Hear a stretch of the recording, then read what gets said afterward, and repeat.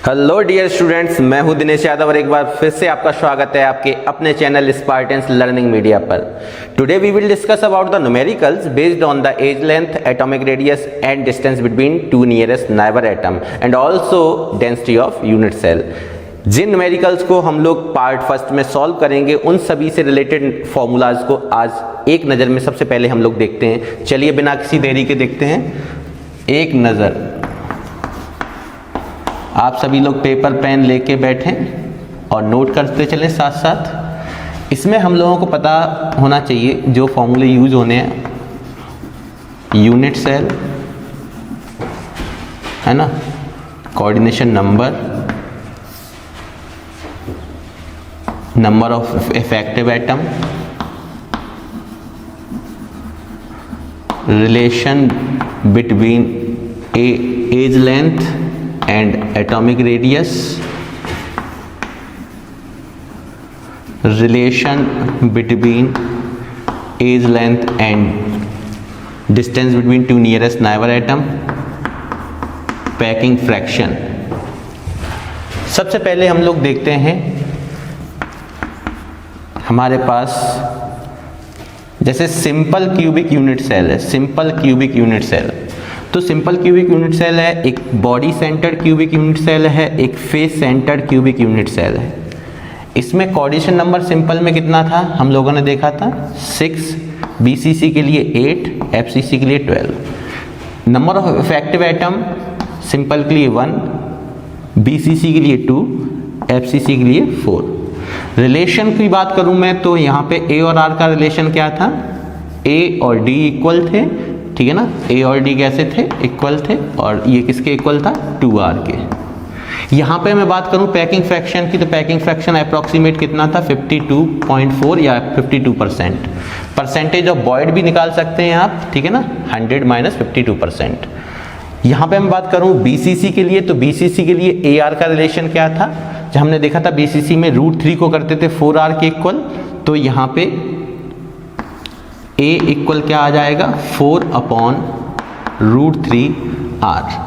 अगर मैं बात करूं ए और डी के रिलेशन की, तो डी इक्वल क्या होता है 2r होता है। अगर डी इक्वल 2r होता है तो यहाँ से हम लोग आसानी से निकाल सकते हैं। कैसे निकाल सकते हैं, डी इक्वल 2r, r की वैल्यू रख दीजिए यहाँ पे। r की वैल्यू कितनी आ जाएगी √3a/4, √3a/4, तो ये कैंसिल आउट हो जाएगा। तो ये कितना आने वाला है, यहाँ पे भी डी इक्वल a कर लें, तो ये d इक्वल कितना आने वाला है a√3/2। पैकिंग फ्रैक्शन की मैं बात करूं तो इसका पैकिंग फ्रैक्शन कितना होता था बीसीसी का 68%। बॉयड को वैसे ही निकाल लेंगे हम लोग, इसको मैं रफ कर दे रहा हूं। जल्दी से देखें एफसीसी के लिए। एफसीसी के लिए जो ए आर का रिलेशन होता था वो क्या होता था, a इक्वल, ये काली काली आंखें 2√2 है ना, तो इससे आपको ध्यान रहेगा। d इक्वल क्या हो जाएगा आपका, तो वही चीज़ करनी है, d इक्वल 2r होता है। r की वैल्यू अगर आप यहाँ से रखेंगे तो a/2√2 आ जाएगा, 2 से 2 कैंसिल हो जाएगा, तो यहाँ से क्या आने वाला है a/√2। इसी तरीके से हम लोग पैकिंग फ्रैक्शन की मैं बात करूं तो पैकिंग फ्रैक्शन कितना आया था एफसीसी के लिए 74%। तो ये सभी हमारे यूजफुल फॉर्मूलेज हैं। इसके साथ साथ मैंने बात की है डेंसिटी ऑफ यूनिट सेल की, तो density of unit cell, density of unit cell, तो density of unit cell D से रिप्रेजेंट कर लो या रो से रिप्रेजेंट कर लो। क्या आता था formula, z into D equal z into m/AQ into NA। यहाँ पे अपने को ये पता है कि D अपनी डेंसिटी है यूनिट सेल की, density of unit cell, Z क्या है नंबर ऑफ इफेक्टिव एटम, जो कि हमने यहाँ पे देख रखा है, ठीक है ना। M आपका अगर एटम है तो एटॉमिक मास होगा, अगर मॉलिक्यूल है तो मॉलिक्यूलर मास होगा। A आपकी एज लेंथ है और Na आपका अवोगाद्रो नंबर है, जिसकी वैल्यू 6.023 × 10⁻23 होती है, ठीक है ना। आप इसको नोट कर चुके होंगे, या आप नहीं कर पाए हैं तो इसकी स्क्रीनशॉट ले लीजिए जल्दी से। चलिए मैं रफ करता हूँ।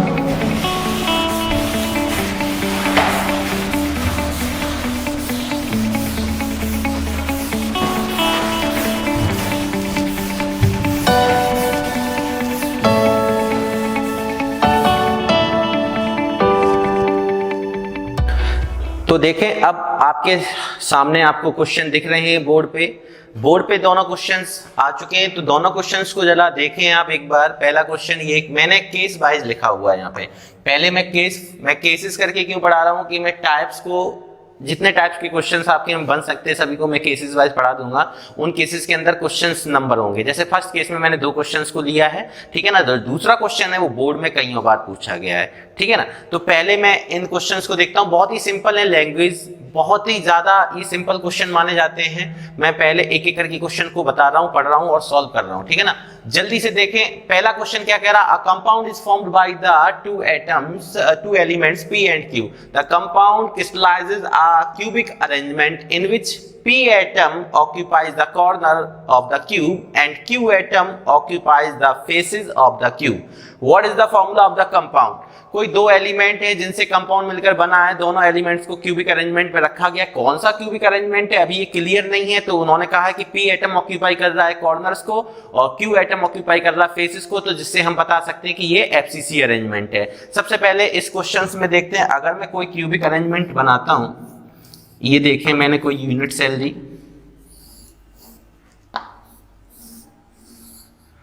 तो इसमें आप देखें कि जो P एटम है उनको कहां पे रखा गया है, कॉर्नर्स पे। P एटम को कहां पे रखा गया है, कॉर्नर्स पे। मैं P एटम को कॉर्नर्स पे रख रहा हूं, ठीक है ना।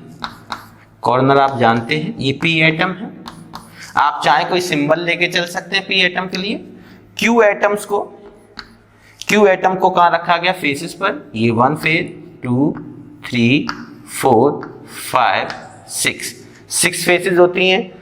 अब यहां पे सबसे पहले क्या लिखना है सॉल्व करते वक्त, contribution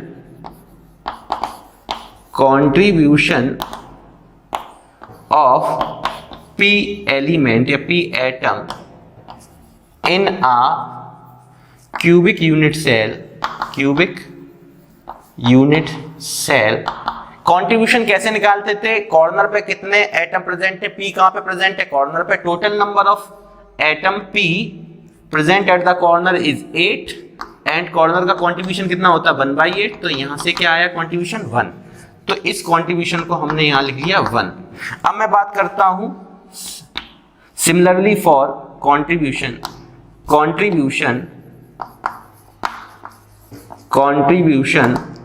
of Q atom in a unit cell.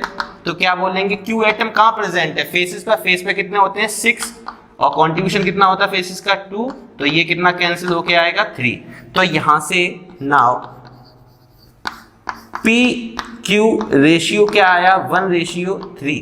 तो hence the formula of the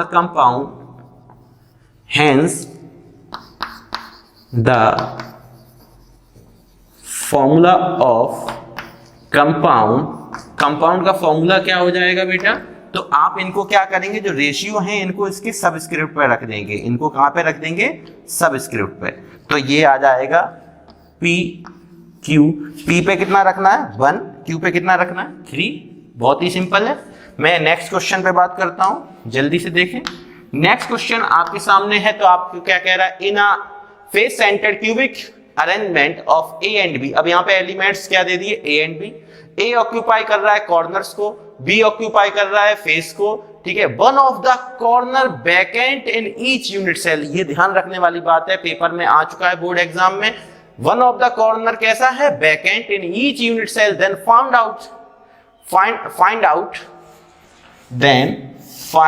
out formula of the compound. तो आप देखें इसको कैसे पहले समझते हैं। मेरे पास ये कोई क्यूबिक अरेंजमेंट है FCC का, ठीक है ना। यहां पे मैंने क्या लिया, जल्दी से देखें। मैं A को रिप्रेजेंट कर रहा हूं कॉर्नर पे। ये सभी क्या है, A है।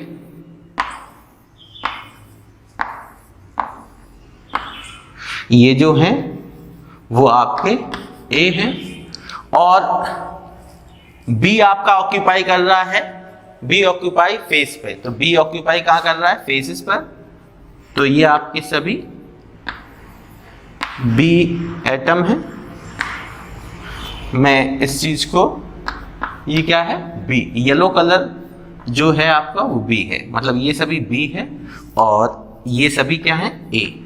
अब क्वेश्चन में कह रहा है कि one of the corner vacant in each unit cell, प्रत्येक यूनिट सेल का एक कॉर्नर बैकेंड है। तो बेटा मैंने सपोज करो ये कॉर्नर बैकेंड कर दिया। बैकेंड करने का मतलब यहाँ पे कोई एटम प्रेजेंट नहीं है। कॉर्नर कैसा है, ये कॉर्नर कैसा है, बैकेंड। तो यहां पे ये कॉर्नर अगर बैकेंड है तो इसको सॉल्व कैसे करेंगे, पहले कंट्रीब्यूशन देखते हैं। Contribution of A atom in a unit cell, सबसे पहले कंट्रीब्यूशन कैसे निकालते हैं हम लोग, ये देखते हैं कॉर्नर पे कितने नंबर ऑफ एटम्स प्रेजेंट है। तो यहाँ पे अगर एक कॉर्नर बैकेंड है तो इसका मतलब अब 8 एटम नहीं प्रेजेंट है, अब ए के कितने एटम प्रेजेंट है, 7। तो number of atom present at the corner 7, but contribution of each atom तो 1/8 ही होगा, क्योंकि कॉर्नर का कंट्रीब्यूशन मैंने पहले निकाल के देखा था। तो कॉर्नर्स के लिए कंट्रीब्यूशन कितना करता है प्रत्येक एटम, 1/8, क्योंकि कॉर्नर तो 8 ही है बट एटम 7 है, तो कंट्रीब्यूशन कितना रहेगा, 1/8। तो यहाँ पे 7/8 आएगा आपका, ठीक है ना। गलती मत करना 1/7 करके, कॉर्नर नहीं गायब हुआ, कॉर्नर गायब हो जाएगा तो यूनिट सेल, फिर यूनिट सेल नहीं रहेगी ना। तो कॉर्नर 8 ही है पर एटम कॉर्नर पे कितने हैं, 7, क्योंकि एक कॉर्नर कैसा है, बैकेंड है। अब हम लोग देखते हैं सिमिलरली कंट्रीब्यूशन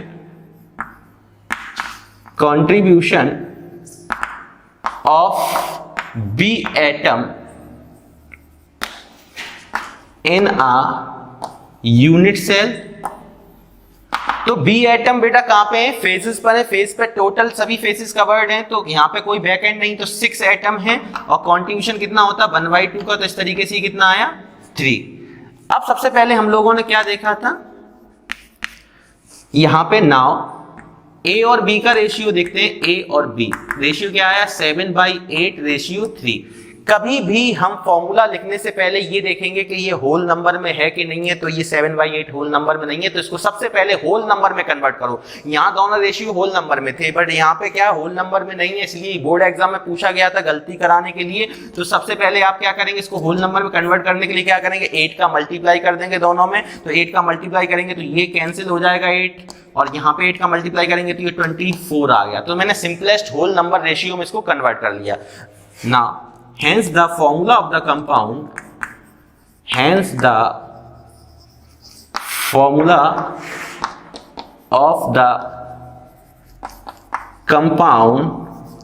क्या आ जाएगा, वही सबस्क्रिप्ट में रखेंगे। ए के सबस्क्रिप्ट में क्या पहुंच जाएगा, 7, A 7 एंड B 24। तो this is the final answer, ठीक है ना। इसको एक बार जल्दी से देख लें और मैं रफ कर रहा हूं, स्क्रीनशॉट लेना चाहे स्क्रीनशॉट ले लें। चलिए नेक्स्ट केस की मैं बात करता हूं, आप नोट करते रहें मेरे साथ अपने कॉपी पे और पूरे मन से समझें, ठीक है ना। अभी हमने देखा केस फर्स्ट के 2 क्वेश्चंस को। अब देखें ये सेकंड केस के 2 क्वेश्चंस आपके सामने बोर्ड पे आपको दिखाई दे रहे हैं।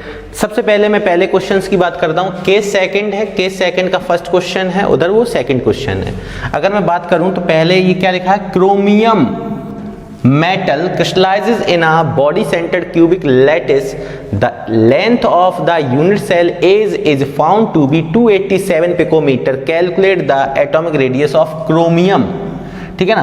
तो सबसे पहले इसको सॉल्व करेंगे तो क्या देखेंगे, गिवन दैट क्या दिया हुआ है अपने को, ये कह रहा है क्रोमियम मेटल किस में है, क्रोमियम का जो मेटल है वो BCC अरेंजमेंट में है। दूसरी चीज हमें जो एज लेंथ दी है, एज लेंथ वो स्मॉल a से रिप्रेजेंट करते हैं, कितना दिया है 287 पिकोमीटर। उसके बाद हमसे पूछ रहा है calculate the atomic radius of chromium. तो बेटा किसके लिए मैं बात कर रहा हूं, फॉर, बताइए, फॉर BCC। तो मैं लिखूंगा for BCC what is the relation between the A and R, अगर ए दिया हुआ आर पूछा है तो हमें क्या देखना है, बीसीसी के लिए हम लोग जानते हैं ए आर का रिलेशन, अभी मैंने एक नज़र में टेबल में बताया था आपको, तो क्या होता था वहाँ पे हमें पता है कि 4r किसके इक्वल होता था, यहाँ पे a√3 के, तो यहाँ से एक्चुअली मुझे r की वैल्यू निकालनी, तो r इक्वल क्या आ जाएगा अपने पास, a√3/4। अब जल्दी से बताइए एज लेंथ कितना दिया हुआ है, यूनिट का ध्यान रखें 287 पिकोमीटर इनटू √3 की वैल्यू क्या होती है 1.73 अपॉन क्या है, अपॉन में अपने पास 4 है, हमारे पास a हमें दिया हुआ है और यहाँ पे हमें √3 की वैल्यू हमें पता है, अपॉन में क्या फॉर्मूले में चल रहा है 4, तो इसको आप लोग सॉल्व कर लें। इसको जैसे ही आप सॉल्व करेंगे तो ये कितना आ जाएगा 124.12, यूनिट आपकी चेंज नहीं की गई है तो यहाँ पे पिकोमीटर चल रहा है, तो अगर एज लेंथ पिकोमीटर में दे रखा है तो रेडियस भी किस में दे रखा होगा आपको, पिकोमीटर में। This is the final answer. Next question की ओर मैं जा रहा हूं, जल्दी से देखें क्या कह रहा है, the edge of the face centred cubic unit cell of aluminium, यहाँ पे एलिमेंट कौन सा दिया गया है, एल्यूमिनियम, इज 404 पिकोमीटर, मतलब हमें जो स्मॉल ए की वैल्यू दी गई है और आर इसमें भी पूछा है, तो यहाँ पे भी क्या लिखेंगे, गिवन दैट क्या दे रखा है अपने को, स्मॉल ए की वैल्यू कितनी दे रखी है 404 पिकोमीटर, ठीक है ना। क्या पूछा गया, आर, कौन सा एलिमेंट है, यहाँ पे क्रोमियम की जगह पे पिछले क्वेश्चन में क्रोमियम था, यहाँ एल्यूमिनियम है, एल्यूमिनियम किस में दिया है अरेंजमेंट में, FCC, उन्होंने खुद दे रखा है। तो अब now we know that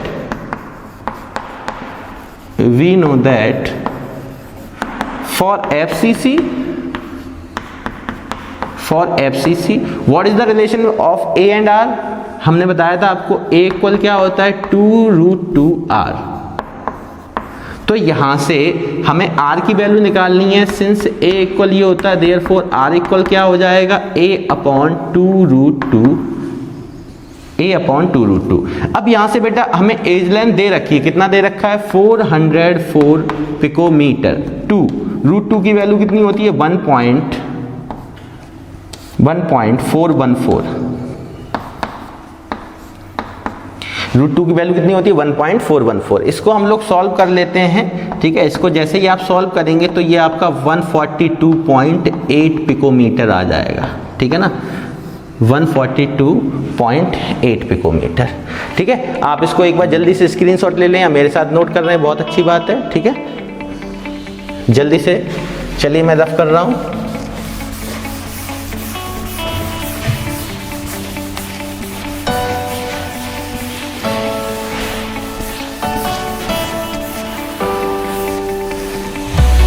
note करते रहें।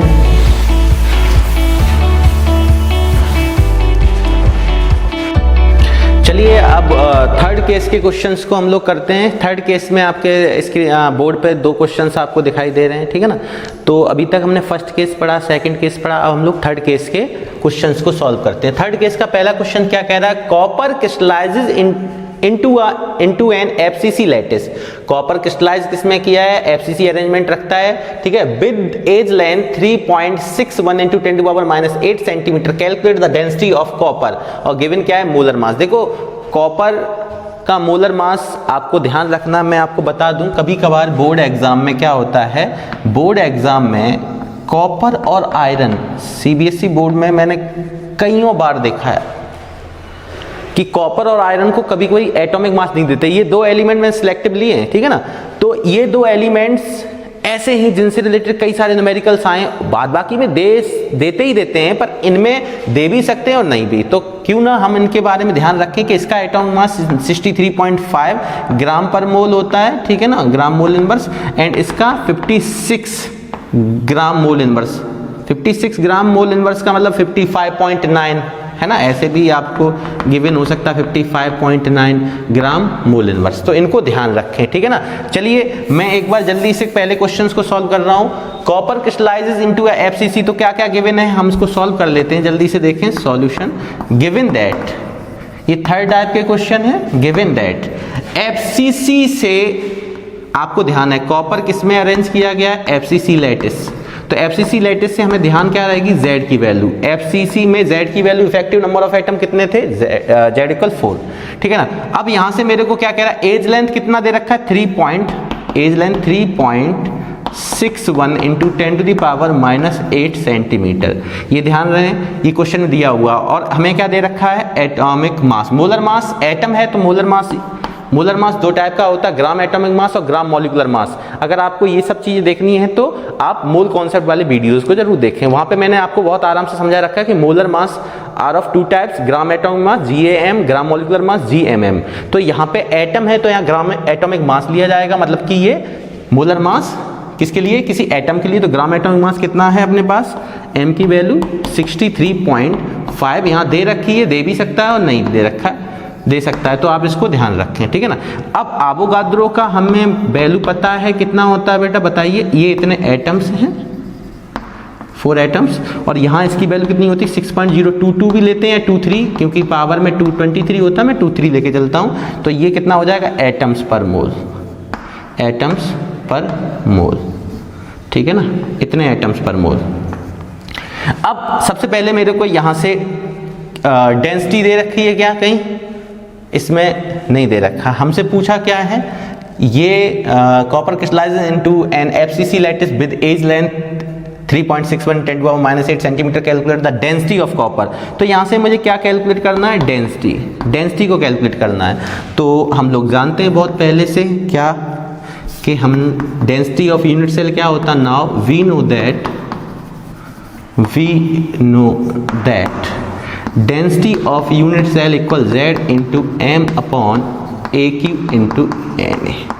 अब यहाँ से हमें डेंसिटी को कैलकुलेट करना है, ठीक है ना, डेंसिटी को कैलकुलेट करना है। तो डेंसिटी इक्वल, हम Z की वैल्यू कितनी दी है, 4 एटम्स। मैं एक बार यूनिट रख के बता रहा हूँ, 4 एटम्स, ठीक है ना। एज लेंथ कितना दिया है, 3.61 इंटू 10⁻⁻8 सेंटीमीटर, इसका क्यूब, ठीक है ना। और इंटू Na की वैल्यू आप लोग जानते हैं 6.023 इंटू 10⁻23। ये किस में है, एटम्स मोल इनवर्स में। यहाँ पे m की वैल्यू भी 63.5 ग्राम मोल इनवर्स, और ये एटम्स, ठीक है ना, मोल इनवर्स। तो आप यहाँ से देखें जल्दी से बेटा, सबसे पहले मैं यूनिट की बात कर ले रहा हूँ। तो यहाँ से एटम कैंसिल हो जाएगा, मोल इनवर्स से मोल इनवर्स कैंसिल हो जाएगा। तो यहाँ पे आप इसको सॉल्व करेंगे, D इक्वल, जब आप सॉल्व करेंगे 4 इंटू 63.5 अपॉन, देखो क्यूब सीखना है तो अपने पास वीडियो रखे हुए हैं, वैदिक मैथ मैंने वीडियो में, जब आप स्पार्टन लर्निंग मीडिया को सर्च करेंगे तो उसमें आपको देखना है कि क्यूब कैसे निकाले जाते हैं, हाउ टू सॉल्व क्यूब भी बता रखा है मैंने, क्यूबिक रूट भी बता रखा है। तो आप प्लेलिस्ट में जाके आप चेक कर लें एक बार, ठीक है ना। तो यहाँ पे अपने पास 3.61 इसका होल क्यूब इंटू 10⁻⁻24, और यहाँ पे क्या आ जाएगा, अप्रॉक्सीमेट में 6 लेके चल रहा हूँ, इंटू 10⁻23। जब इसको आप सॉल्व करेंगे तो यहाँ से डेंसिटी की वैल्यू आ जाएगी 8.965 ग्राम।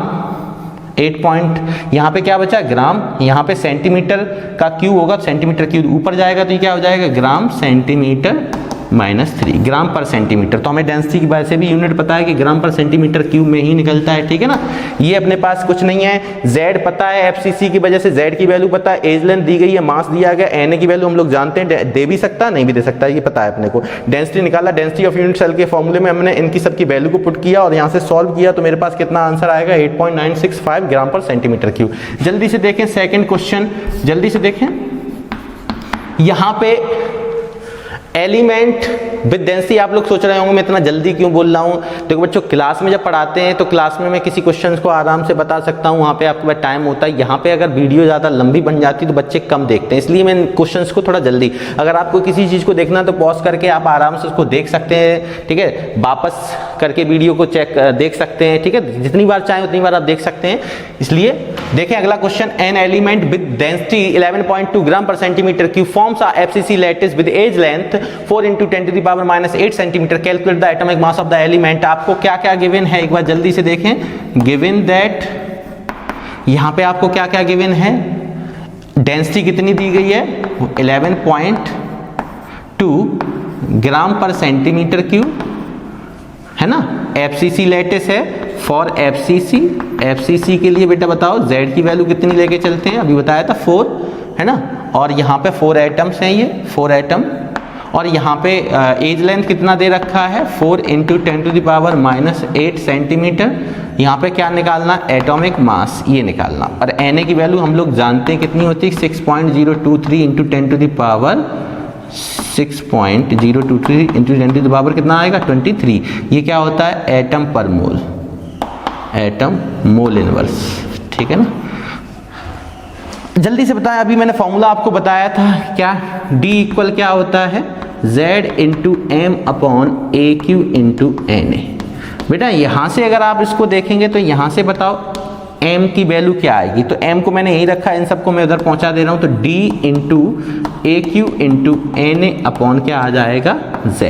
वैल्यू को जल्दी से पुट करें, वैल्यू को पुट करें। D की वैल्यू डेंसिटी कितनी दी है 11.2, A की वैल्यू कितनी दी है 4 × 10⁻⁸, इसका होल क्यूब। Na की वैल्यू 6.06, अप्रोक्सीमेट में 6 ले रहा हूँ 10⁻23, अपॉन में Z की वैल्यू कितनी है 4। इसको आप लोग सॉल्व करें जल्दी से, इसको जब आप सॉल्व करेंगे तो ये 107.9 ग्राम पर मोल आ जाएगा, ठीक है। ये आ गया आपका एटॉमिक मास ऑफ एलिमेंट।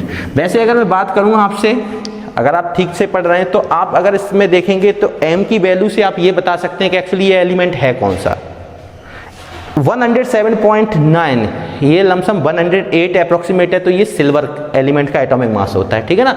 तो आपने इन क्वेश्चंस को देखा, जल्दी से मैं इनको रफ कर रहा हूँ।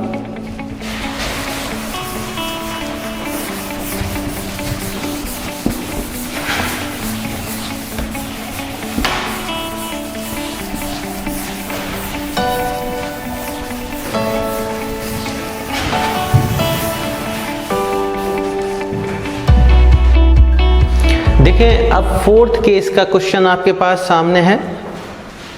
फोर्थ केस में जो क्वेश्चन लिखा हुआ पहला, वो आपको क्या कह रहा है कि the unit cell of an element of atomic mass 108 unit, ये यूनिट में दिया है, ठीक है ना, 108 unit and density 10.5 gram per centimetre cube is a cube with edge length 409 picometre, find the type of unit cell of the crystal. देखें इस type के क्वेश्चंस को हमें सॉल्व करना है, तो हम लोग सबसे पहले ये देखते हैं क्या गिवन है। जल्दी से एक नज़र मारें कि हमें यहाँ पे एटॉमिक मास दिया है, M की वैल्यू दी है 108 यूनिट।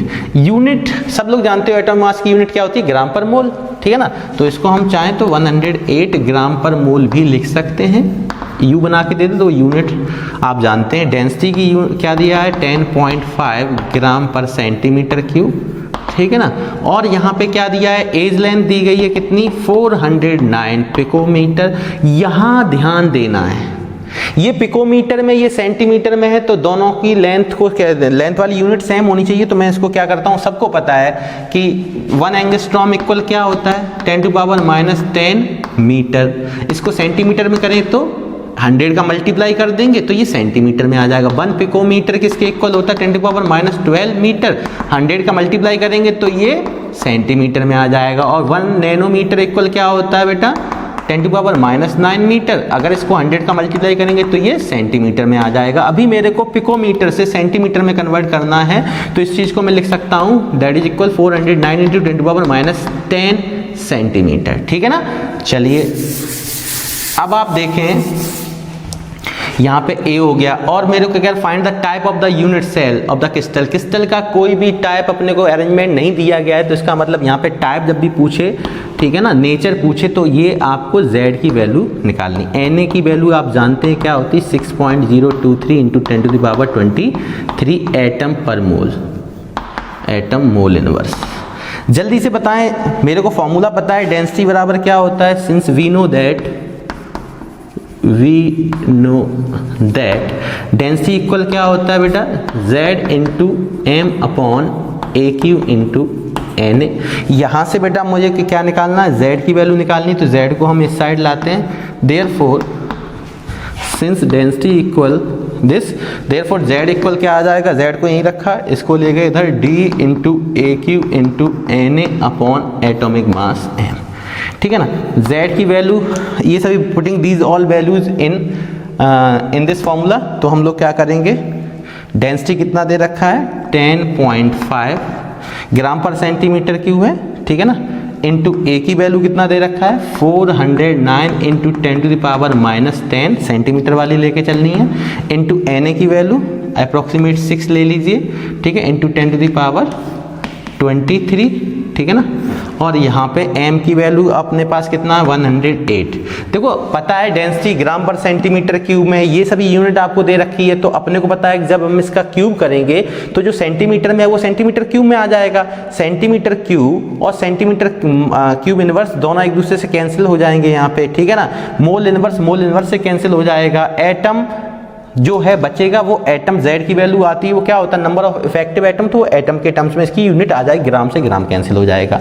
तो आप वैल्यू जब रखेंगे तो उनके साथ यूनिट्स को चेक करना, तो सभी यूनिट कैंसिल हो जाएंगी। जब इसको आप सॉल्व करेंगे तो ये अप्रोक्सीमेट आपका क्या आएगा 4। सो यूनिट क्या होगी, विल बी FCC लैटिस। आप जानते हैं z की वैल्यू 4 किसके लिए आती है, FCC के लिए। तो यहाँ से नेचर पूछा जाए या टाइप पूछा जाए तो ये किस टाइप का क्रिस्टल हो जाएगा, FCC टाइप का, ठीक है। सिंपल है, वैल्यूज दी गई हैं, पुट करना, z की वैल्यू को निकाल लेना, ठीक है ना। और ये 4 क्या आएगा, एटम। जब आप सॉल्व करेंगे तो ये यहाँ पे केवल एटम बचना चाहिए यूनिट को कैंसिल करने के बाद। अब आपके पास इधर की साइड 2 क्वेश्चंस दिखाई दे रहे हैं बेटा, ये 2 क्वेश्चंस आपके लिए क्या है ना, होमवर्क है। जो अभी तक मैंने न्यूमेरिकल सिखाए हैं उनमें आपको ये 2 क्वेश्चंस दिए गए हैं।